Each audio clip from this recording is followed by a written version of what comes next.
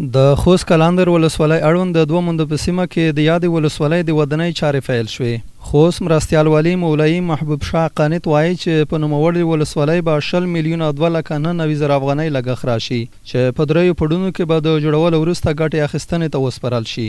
ولسونو کې طبیعي خبره ده چې خامخا دلته به جنۍ پیښ کېږي او دلته به د ولسونو اړتیاوې وجود لري. دا چې ولس تر مرکزه پورې ځان رسوي هلته د دوی رسیدګي ډېر په مشکله کېږي.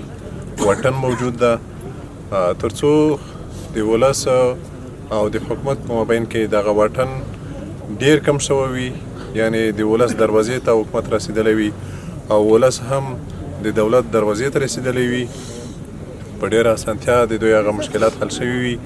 نو ولسوالي یقینا په یوه منطقه کې د ولسونو لپاره یو مهم رول لري.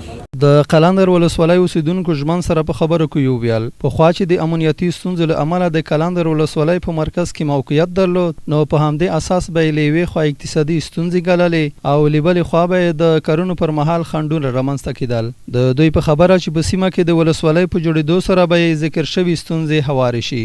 دا چې مخکې مونږ د قلندر ولسوالۍ مقام چې په مرکز کې و، لله الحمد اوس د دې نه وروسته به چې کله تعمیر جوړیږي مخکې به مونږ مرکز ته تقریبا 1500 روپۍ کرایه لګېده، لله الحمد دغسې ته اوس میږ 500 روپۍ کرایه لګېږي. قلندر ولسوالۍ اوسېدونکو اقتصادي وضعیت بیخي کمزوری دی، نو مونږ یې پوره ډېر د اقتصادي پوره ضرور وه چې ولسوالۍ دغسې ته انتقال شوی. موږ په دې باندې ډېر خوښ یو، ډېر خوشحال یو.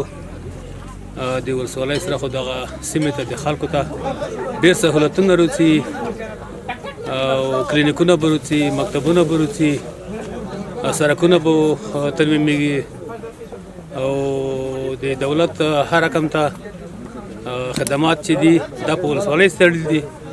که موږ ته ولسوالي دلته جوړه شي، ایجاد شي، نو خلکو ژوند ورسره ښه کېږي. د یادولو ده چې د تېر نظام پر مهال د قلندر ولسوالۍ د خوست مرکز اړوند د متون په سیمه کې موقعیت درلود چې د ولسوالۍ اصلي سیمه والي د بې شمېره ستونزو سره مخ کړي وو. اوس چې د ولسوالۍ مرکز پخواني ځای ته انتقال او ودانۍ جوړه شي، نو د قلندر ولسوالۍ د ولسونو ډېری ستونزې به هوارې او ورځنۍ چارې به یې په عادي توګه پر مخ یوسي.